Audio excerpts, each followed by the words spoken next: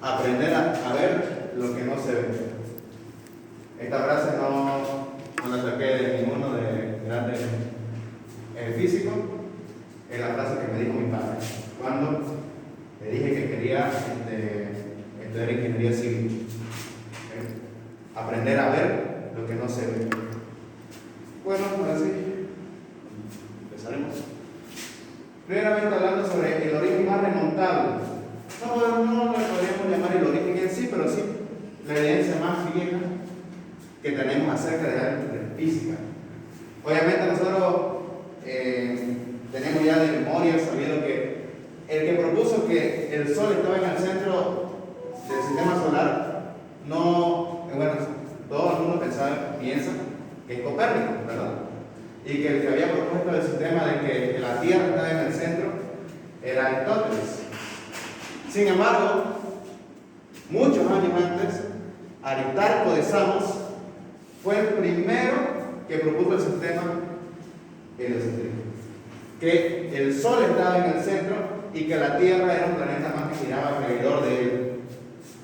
Él fue el primero.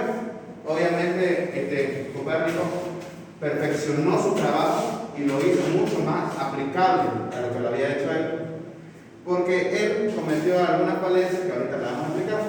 Primeramente, ¿qué es lo que hace que la física sea una materia tan bella que para adentrarte en ella no necesitas saber, ni siquiera comprender alguna ecuación ni nada? Lo importante para comprender y estudiar física es la observación,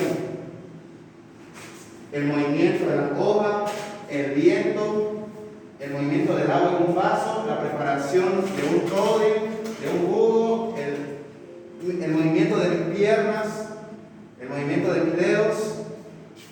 Todo es física y puede ser calculable y explicable a través de ella. Los físicos más importantes, Albert Einstein, entre muchos otros, ¿cuál era su fuerte? Ninguno de ellos fue bueno en cálculo. Ninguno de los grandes matemáticos fue bueno en cálculo. Eran buenos observando y planteando las teorías que se le venían a la mente con tan solo observar una fracción. La tan famosa teoría de que Isaac Newton se le cayó una cabeza en la manzana, y ahí fue como vio la ley de la gravedad, y fue como un tiempo. No fue tan así. En realidad él se encontraba en otro lugar y él observó cómo una manzana caía al suelo. Pero ¿se dan cuenta que la observación es el papel principal de todo? Ahorita vamos a volver con Isaac Newton. Sigamos con Aristarco. Entonces, mediante la observación que vio, él tenía determinado que la distancia de la Tierra, a la Luna era mucho menor que a la del Sol. Él tenía por entendido eso, pero él necesitaba una forma de calcularlo. ¿Le suena esa figura? Que es un triángulo rectángulo. ¿Okay? ¿Y cuándo se forma un triángulo rectángulo? Cuando la Luna se encuentra en su cuarto menguante. Bueno, que tiene esta forma. Entonces, él quería calcular cuál sería la distancia Tierra-Sol. ¿Okay? La vamos a llamar, para nuestro fácil entendimiento, distancia TS. ¿Okay? Para eso, él tenía que saber la distancia de él, de la Tierra a la Luna. Es un triángulo rectángulo. ¿Qué se puede utilizar? El teorema de Pitágoras. Él, como ya se tenía en ese entonces, que el ángulo de la Luna al Sol, cuando la Luna se encuentra en cuarto menguante, es siempre sí o sí 90 grados, porque es un triángulo rectángulo. Entonces solamente él debía calcular el ángulo beta, beta, alfa, y también con eso ya cuando uno sumara los dos y el sobrante para que sea 180 grados, él iba a ser el ángulo del Sol. Bueno, él determinó mediante este principio de observación, solamente de pura observación, que la distancia, según él, de la Tierra al Sol era 20 veces más que la distancia de la Tierra a la Luna. Pero ese cálculo fue erróneo. en realidad no está 20 veces más, sino que 400 veces más. Es una distancia, ¿verdad?, muchísima. Pero la idea estaba planteada, y fue precisamente esa idea que, aunque equivocada en su resultado, hizo que en un futuro otros filósofos adoptaran su idea y la plasmaran para perfeccionarla. Eso es lo maravilloso de la física, que aunque el resultado pueda ser erróneo, la idea puede ser perfeccionada y nuevamente analizada para dar los resultados más coherentes. Un ejemplo, ¿por qué fue que a Aristarco se le ocurrió esto? Porque él veía que en la teoría de Aristóteles había una gran deficiencia, ya que según Aristóteles, que él creía que la Tierra estaba en el centro y el Sol y los demás planetas giraban alrededor de él, él decía que la órbita, la vuelta que daban los planetas, era circular. Y de hecho, si ahorita le preguntamos a cualquier persona, seguramente debe pensar que también es circular, pero no es así. Planetas como Venus y sobre todo Marte, si uno lo sigue, su órbita que dan, no es circular, sino es más bien ovalada. Sí, vamos. ¿Okay? Entonces, el cálculo ahí había ese problema, pero como era comúnmente aceptado por la religión, que se creía que el ser humano era el centro de todo, era el único que pedía conocimiento, entonces eso era ampliamente aceptado. Pero Aristarco vio que eso no podía ser así, tenía que haber una lógica en eso. Y la lógica que le dio fue que, en realidad, el Sol era el que estaba en el centro del universo. ¿Hubieron deficiencias también en él? Claro, como la que ya mencionamos. La instancia era errónea, pero en un futuro fue perfeccionada, así como él lo hizo con la teoría de Aristóteles. Continuando, luego también otro de los hallazgos, sobre todo en el mundo islámico, ya que muchos de los grandes físicos que nosotros tenemos en mente son griegos, ¿no? Pero de los islámicos se sabe poco. Bueno, vamos a hablar de Nasir al-Din al-Tusi, pero lo conocí a veces, pero no. Cuerpos hallazgos también relacionándonos con la Tierra. Fue la procesión de los equinoccios. ¿Tenemos eso? En un inicio se pensaba que la Tierra estaba completamente recta y que giraba de forma recta, así, pero en realidad no es tanto así, ya que se cree que la Tierra, además de esa vuelta que da, no se encuentra así, sino que se encuentra así, inclinada.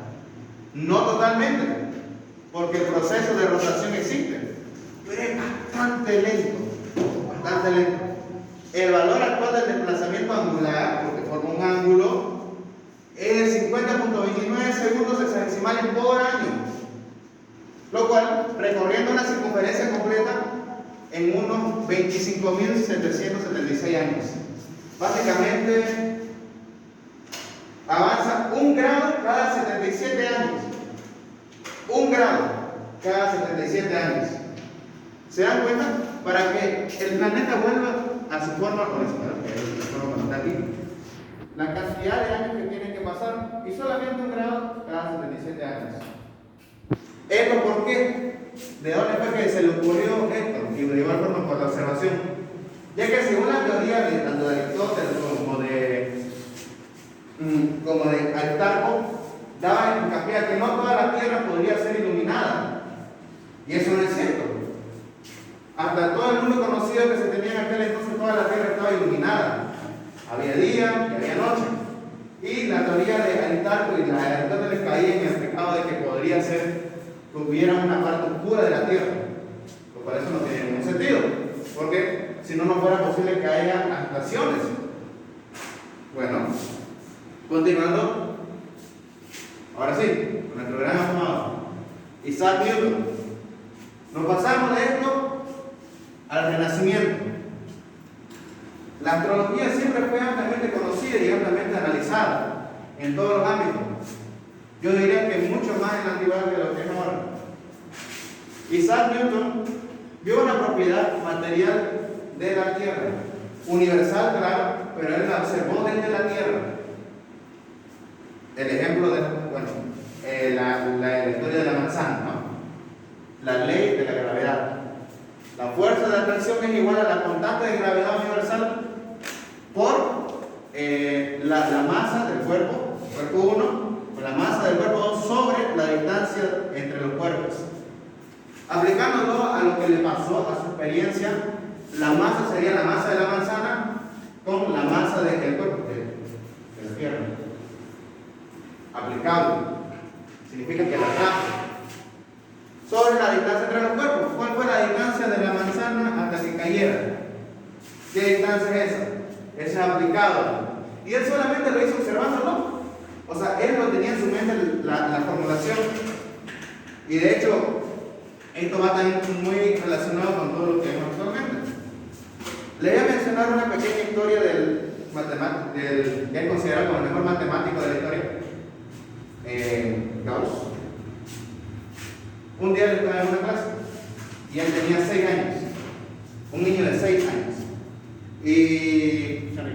y su profesor le dijo a los niños: a ver, niño, 1 más 2 más 3 más 4 más 5 hasta llegar a 100. Resuélvanlo.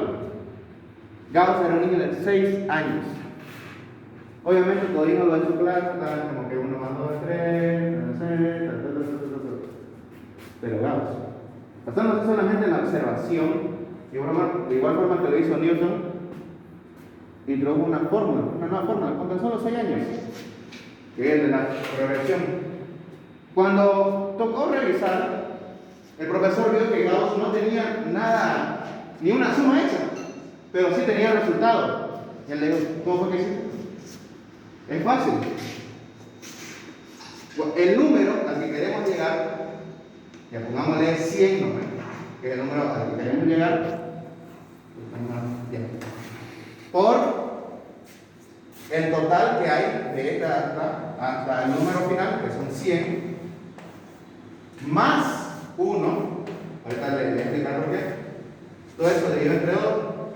Utilicé esta fórmula para calcular todo eso. ¿Por qué? ¿Mediante qué principio? Le digo al profesor: 100 más 1, 101. 2 más 99, 101. 3 más 98, 101. Siempre da 101. Entonces, multiplicándolo 50 veces, que es lo mismo de esto, da 5050. 5050. Eso fue lo que él calculó. Sin necesidad de estar haciendo nada, solamente con la visión de qué era lo que tenía que hacer. Gauss en esa clase fue castigado por el docente, porque el docente no se podía creer que un niño hubiera descrito aritmética, alta aritmética. Obviamente luego lo llevó con el duque, que le dio una beca, y así fue como se convirtió en uno de los grandes matemáticos. Él sí era bueno en cálculo, es por eso que se convirtió en un gran matemático, pero no en un gran físico.